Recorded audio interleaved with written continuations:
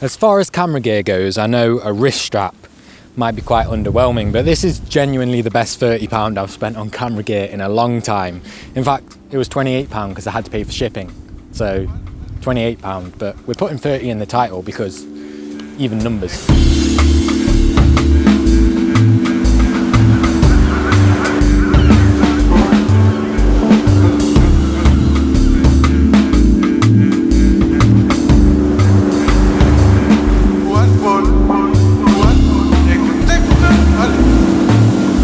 Hey guys, welcome back to the channel.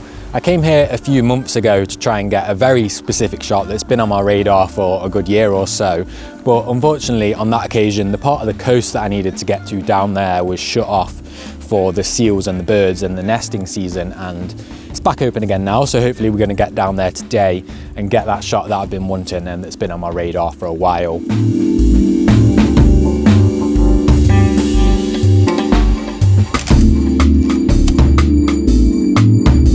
This guy right here is the Peak Design cuff.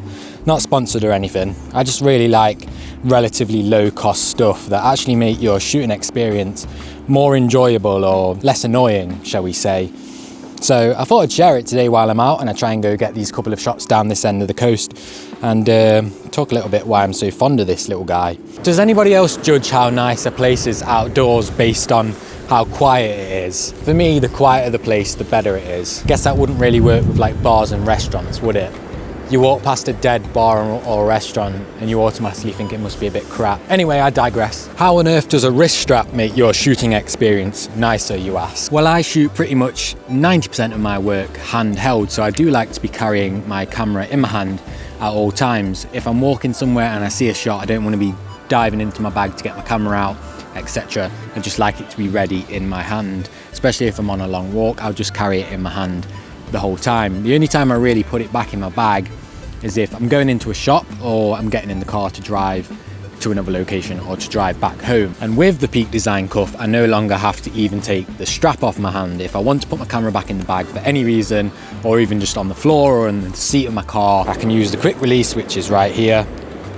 Slide that off. I can then wrap that around my wrist, secures with a magnet like so, that stays on my wrist. I can go ahead and drop my camera in my bag or on the tripod or wherever it needs to go, and then when it's time for me to grab it back to my wrist, I can lock it back into place like this, dead easy. Now these little anchor guys, it actually comes with two of them, so I've got one on each body, and because I'm normally carrying two bodies because I make YouTube videos, so I've got my video camera and my stills camera. I've got one anchor on each camera, so at any point I can attach either of the cameras to my wrist. No messing about, we're good to go. Don't have to take anchors on and off the cameras, don't have to take the wrist strap off my wrist. I can just lock and load them whenever I need them. And to me, that is a pretty good way of making your photography experience just a little bit less annoying and more enjoyable. The sand has just collapsed underneath me.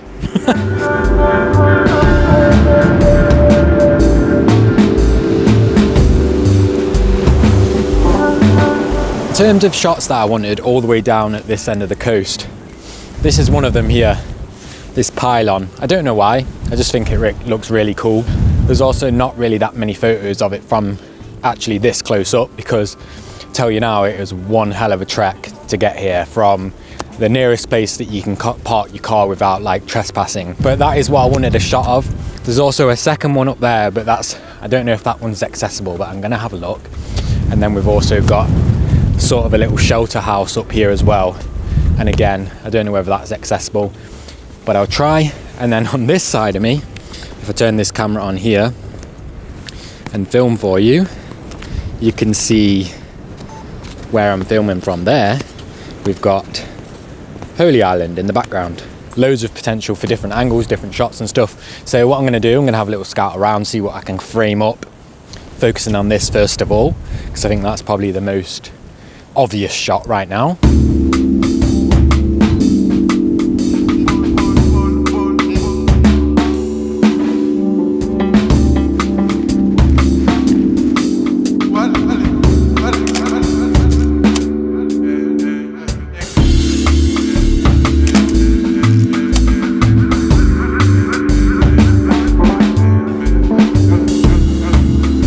Nice change.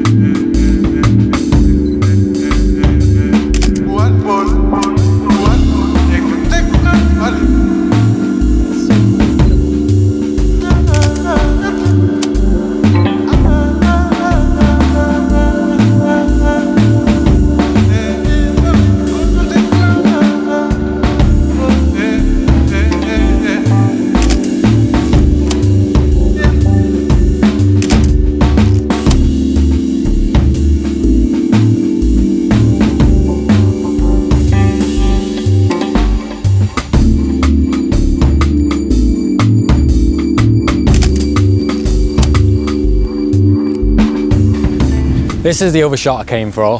We've got this sort of a shelter that's owned by the farmer here. It is right on the end, the furthest point that you can get along the coast. Fog and rain's coming in now, which is just my luck, because that's pretty much happened on every single shoot that I've been on recently.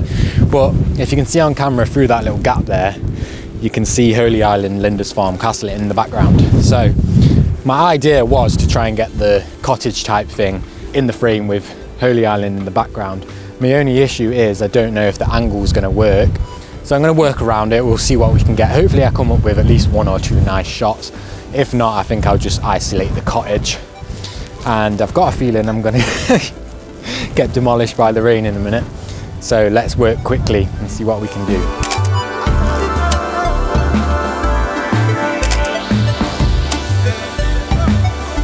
I'm being very, very conscious of the fact that this island bit does get cut off by the tide, so I am up against the clock as well. So I had a little look around and I actually just really like this shot here, and this is probably as sort of minimal and simple as it is, might be my favourite so far.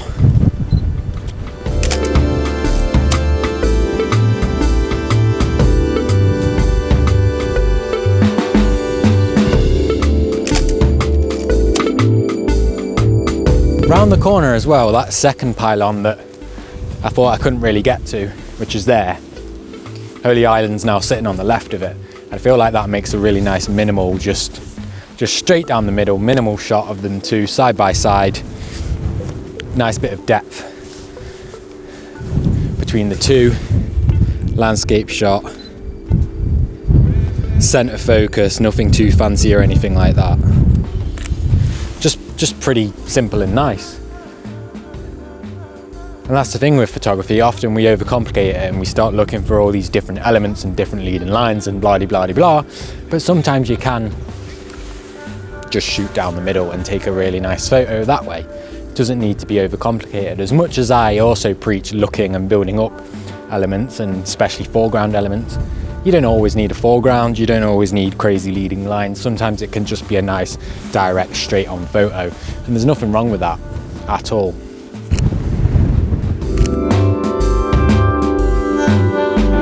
And I think I'm gonna have to make a run for it now. Wish me luck.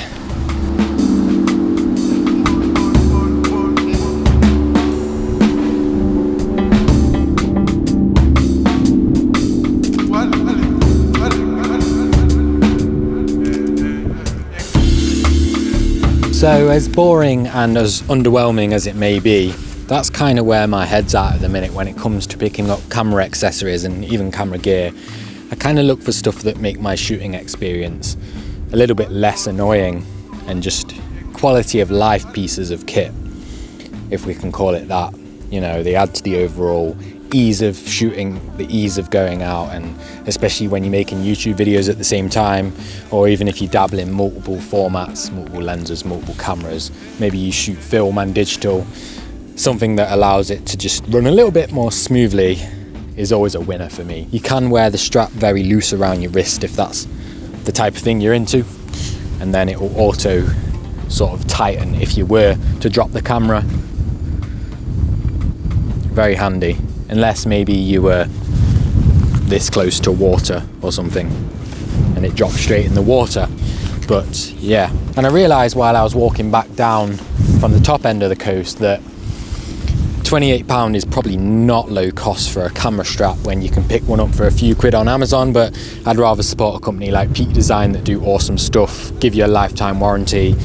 They're about cameras, they're about camera gear, accessories, rather than someone on Amazon that makes 1 million crappy wrist straps and ships them out and makes a profit, and they're probably very unethical. So that's my takeaway on it. Well, that's going to be it from me, guys. I really appreciate you watching, and as always, I'll see you in the next one.